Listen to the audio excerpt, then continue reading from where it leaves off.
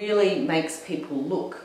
It makes people look at the rubbish. It makes people have a different relationship to the rubbish. They crouch down, they start like wanting to touch things. They're like really curious about everything.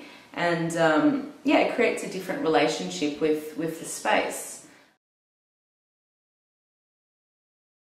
Here, it's almost a cliche that there's so much construction work everywhere. You know, it's a thing that's very much Berlin, and it represents this symbol of kind of construction and deconstruction of the city and its violent history. You can find construction sites everywhere, but it's a really big thing here. So when I first came here, I really started working with this as kind of a symbol or a cliche of Berlin. The things that I first notice are the things that I first start making. But then as I make them more and more, I notice them more and more. So like people have said, like when they see some installations, oh, I've been seeing your work everywhere on the street, kind of thing, because it becomes a kind of a cycle like that. You know, people leave their life on the street, and then other people pick it up and continue it on. Yeah, so I mean, yeah, it's specifically about Berlin to some extent, but you find this everywhere in the world. And the objects that I make are usually almost like simplified in some way, so they become like an average. Although it's been influenced by the places that I've travelled to, I've mainly made work about the places I've lived.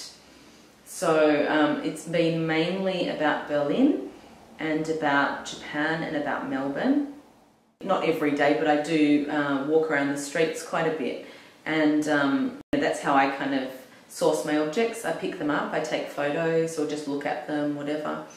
Yeah, you come across some strange stuff. And also I often note down titles, like lyrics that I hear, because I listen to music all the time that I'm making work, also when I'm walking on the street. All of my titles are lyrics. I haven't dealt so much with advertising before. I've dealt with I mean, gentrification, globalization, the homogenization of cultures, it's all kind of interrelated. And now, because I'm actually dealing with products and packaging, that kind of thing, it's becoming more, it's shifting more towards advertising. So these videos that I want to make in the future, and also the photos, are dealing with the idea of advertising. Like every ad and the whole kind of philosophy that they're trying to put forth is this idea of global peace through globalization, which is kind of perverse because they're actually doing a lot of damage. And one of the kind of the key kind of global pushes, you know, everything can be commodified. Everything, whatever people want at the time, will become part of advertising to sell it back to them as a commodity.